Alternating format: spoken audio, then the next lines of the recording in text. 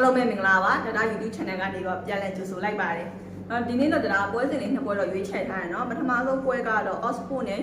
Union ပါလင်ပွဲလေးရယ်နောက်တစ်ခုကတော့ Verona နဲ့ Bologna ပွဲလေးတော့ဒါတော့ရွေးချယ်ထားတယ်เนาะ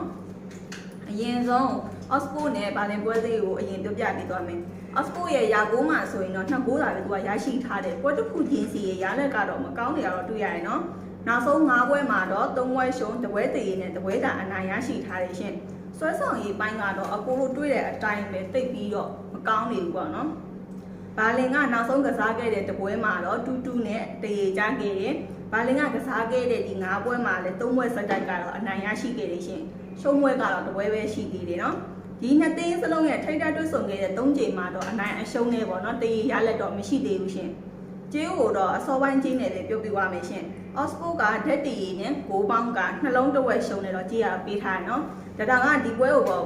ဘာလင်ဘော်ဒီကိုတော့ကြိုက်တယ်ရှင်အကြိုက်မတူတော့ပကတ်နိုင်ပါတယ်နော်ဒီနောက်ထပ်ကဗယ်ရိုနာနဲ့ဘိုလိုညာပွဲလေးကိုထပ်ပြီးပြောပြပေးပါမယ်ဒီပွဲမှာတော့เนาะဒီနှစ်သင်းစလုံးကတော့ခြေစွမ်းတွေကတူနေရရှင်ဗယ်ရိုနာရဲ့နောက်ဆုံး5ပွဲမှာဆိုတော့သူက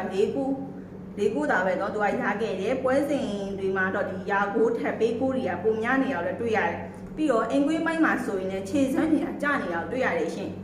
ဘိုလိုညာရဲ့ပွဲစဉ်5ပွဲမှာဆိုရင်တော့နိုင်ပွဲ1ပွဲမှာတော့မရှိဘူး3ပွဲရှုံး2ပွဲတည်တော့ရရှိခဲ့တယ်အဆင့်ပိုင်းမှာကြတော့ဗောနော်ဒီဘိုလိုညာကအဆင့်9နေရာမှာတော့ရှိနေတယ်နှစ်သင်းကခြေစွမ်းတူပေမဲ့လဲဗောနော်ဒီရမှတ်တွေအဆင့်တွေမှာကြတော့ဗယ်ရိုနာထက်ဗောနော်ဘိုလိုညာကပို့ပြီးတော့အားနာနေရလဲတွေ့ရတယ်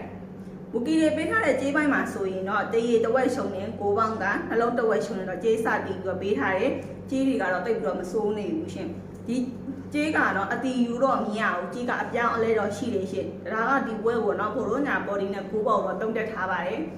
ခုလိုပြီးကြည့်ရှုပေးတဲ့အတွက်ကျေးဇူးအများကြီးတင်ပါတယ်ရှင်ဒီညမှာလည်းအခုလိုအဆင်ပြေကြပါစေနော်